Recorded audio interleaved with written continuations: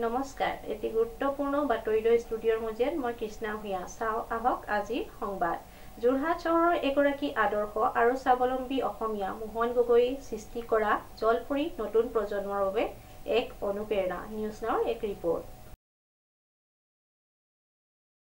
চৰ্দাৰ আলী নৱালী যোৰহাটত এজন আদৰ্শ আৰু স্বাৱলম্বী অসমীয়া মোহন গগৈয়ে সৃষ্টি কৰা জলপৰী নতুন প্ৰজন্মৰ বাবে অনুপ্ৰেৰণা। প্ৰাকৃতিক সৌন্দৰ্যৰে ভৰপূৰ জলপৰী ৰিজৰ্ট, সুস্বাদু অসমীয়া থলুৱা খাদ্যৰ সৈতে চাংঘৰ, চাহ বাগিচা, শিশু উদ্যান, ধাননি পথাৰ থকাৰ সুবিধা, বিভিন্ন অনুষ্ঠান আয়োজন কৰাৰ সুবিধা, নৌকা বিহাৰ আদি বহু সুবিধা আৰু আনন্দৰ সৈতে পৰিয়ালৰ সৈতে দিনটো কটাব পৰা এটি সুন্দৰ ঠাই।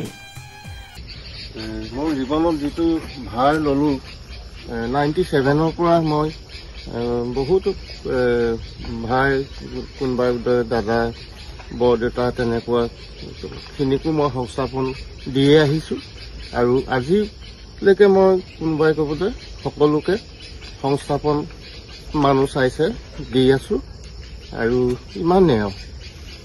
এতিয়া ধৰক আপুনি বেলেগ ব্যৱসায় কৰিব পাৰিলে নেকি? আজি টুৰিজিমৰ কথা কিয় চিন্তা কৰিলে? টুৰিজিমটো মই যেতিয়া বাগানখন প্ৰতিষ্ঠা কৰিছিলোঁ তেতিয়াই মোৰ মনলৈ এটা ভাৱ আহিছিলে আৰু লগতে সাঁচি পুলি এখিনি ৰুইছিলোঁ।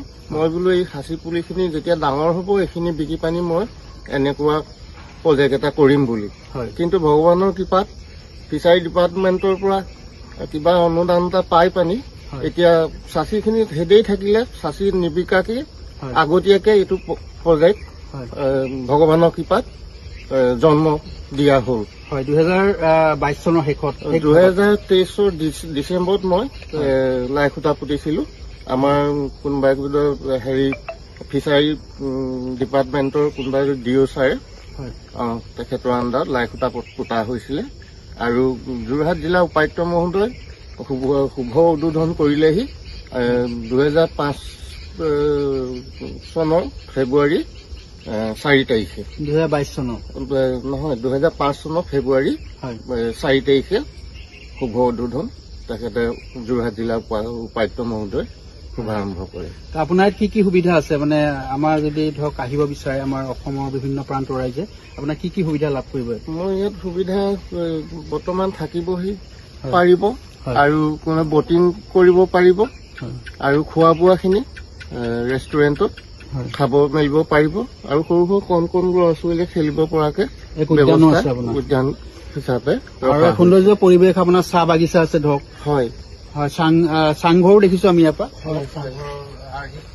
সেই চাংঘৰটো যিহেতু জিৰণি ঘৰ আৰু আপোনাৰ ধৰক আমাৰ থলুৱা খাদ্য যিখিনি আছে অসমীয়া থলুৱা খাদ্য ট্ৰেডিশ্যনেল ফুড, সেইখিনি কি কি পাব আপোনাৰ? ট্ৰেডিশ্যনেল ফুড মানে নিজে খেতি কৰা, কেতিয়াবা অমিতা, বেঙেনা আছে, বেঙেনা কোনোবাই পিটিকা বিচাৰে তেখেতসকলক তেনেকে বেঙেনা গছৰে ছিঙি পানি পিটিকা কৰি দিয়া হয় তেনেকে। উল্লেখযোগ্য যে এই মনোৰম ঠাইতে প্ৰকৃতিৰ প্ৰেমী সমীৰয়ে মোহন গগৈ, অসমীয়া জাতিৰ গৌৰৱ লাচিত বৰফুকন আৰু জুবিন গাৰ্গৰ সন্মানাৰ্থে অৰ্কিড ৰোপণ কৰি সন্মান প্ৰদৰ্শন কৰে। নতুন প্ৰজন্মৰ বাবে অনুপ্ৰেৰণা মোহন গগৈক এইদৰে সুন্দৰ কামত মনোনিৱেশ কৰি নতুন প্ৰজন্মক আগবঢ়াই লৈ যাবলৈ সমীৰয়ে অনুৰোধ জনায়। আমি সকলোকে ধন্যবাদ জ্ঞাপন কৰিছো মোক উৎসাহিত কৰাৰ কাৰণে। আৰু আমি আজি আমাৰ the god of music Zubeen গাৰ্গৰ সন্মানতে আমি সকলোৰে মুখেৰে শুনিব বিচাৰিছো জুবিন গাৰ্গৰ জয় হওক। জুবিন গাৰ্গৰ জয় হওক। জুবিন দাৰ জয় হওক। জয় হওক। আৰু জুবিন দাই ন্যায় পাওক। ন্যায় পাওক। জুবিন দাই ন্যায় পাওক। আপোনাক ধন্যবাদ জ্ঞাপন কৰিছো। আমি এইখিনিতে এই মঞ্চৰ পৰাই আমি এক অনুৰোধ কৰিব বিচাৰিছো অসম চৰকাৰক, এনেধৰণৰ আমাৰ যিসকল স্বাৱলম্বী যুৱক আছে, আমাৰ অসমীয়া আছে, তেওঁলোকে যাতে আৰু এই ক্ষেত্ৰত টুৰিজিমৰ ক্ষেত্ৰতে হওক বা বিভিন্ন ক্ষেত্ৰতে হওক এনেধৰণে কিছু অনুদান আগবঢ়াই তেওঁলোকক উৎসাহিত কৰিব আৰু সামগ্ৰিক ক্ষেত্ৰত আমাৰ জাতিটোৰ উন্নতিত তেওঁলোকে আগভাগ ল'ব। ধন্যবাদ। সমীৰয়ৰ ৰিপৰ্ট, নিউজ নাও।